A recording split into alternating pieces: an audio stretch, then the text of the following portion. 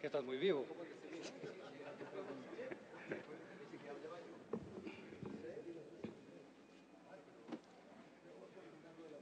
Señor presidente, señoritas, señoras y señores asambleístas, muy buenas tardes.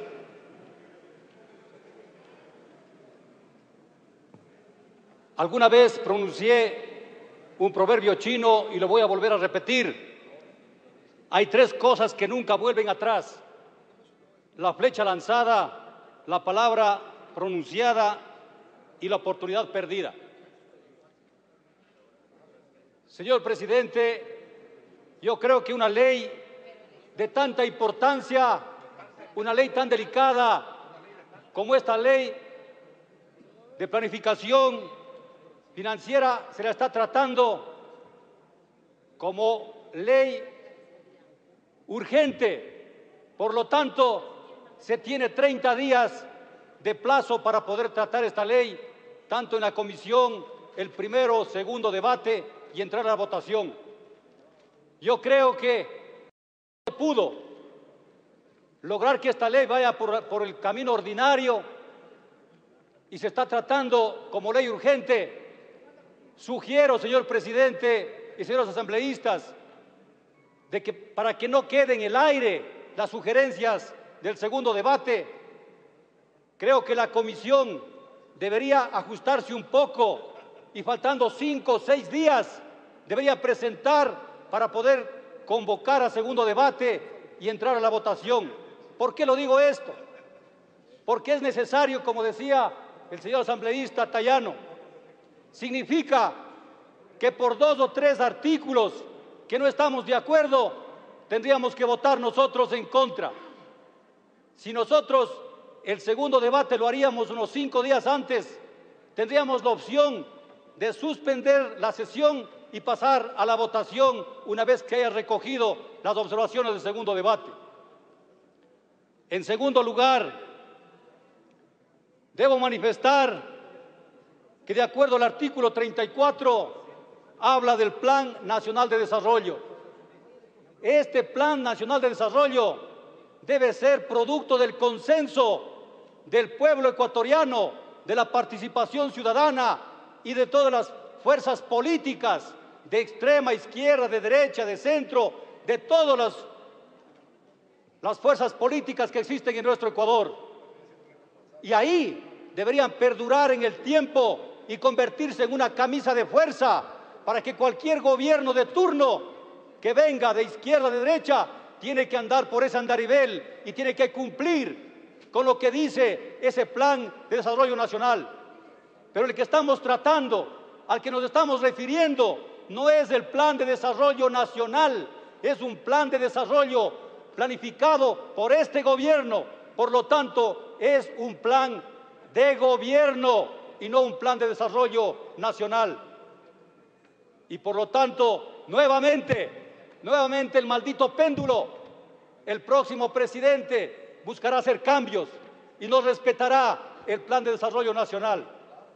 Claro que es necesario encuadrar el plan de desarrollo con el presupuesto.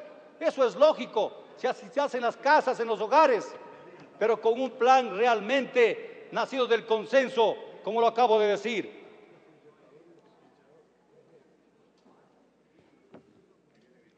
Con respecto a los gobiernos autónomos descentralizados, sí se han hecho cambios, sí se han logrado algunos cambios en beneficio y en el respeto de la autonomía, pero todavía se vulnera la autonomía tanto política, administrativa y financiera que dice el artículo 138 de la Constitución de la República. ¿Por qué lo digo aquello? Porque justamente se dice lo siguiente y se hace lo siguiente. En el COTAD nosotros trabajamos en forma conjunta y buscando hacer las cosas bien para que quede plasmado claramente la autonomía de los gobiernos autónomos descentralizados.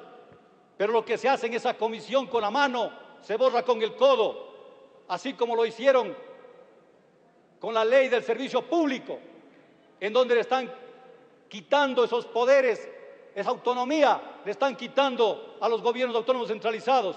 De igual manera, en esta nueva ley, Se habla de un endeudamiento exagerado de los gobiernos autónomos descentralizados, hasta el 200%. ¿Qué significa aquello? Más impuestos al pueblo ecuatoriano. Eso significa el que se puedan endeudar en el 200%. Las decisiones del Consejo Nacional de Planificación se expresan mediante resoluciones vinculantes, dice clarísimo el texto de esta ley. ¿Qué significa? Que nuevamente se están yendo en contra de la autonomía de los gobiernos autónomos centralizados. ¿Para qué entonces? ¿Para qué el Consejo Municipal? ¿Para qué? En segundo lugar, y continuando, el artículo 74, numeral 10, artículo 118, hablan justamente sobre los deberes y atribuciones del ente rector de este sistema, sobre los gastos en aumentar y rebajar los ingresos y gastos del 15% del presupuesto. Dice que solamente pondrá en conocimiento de la Comisión del Régimen Económico.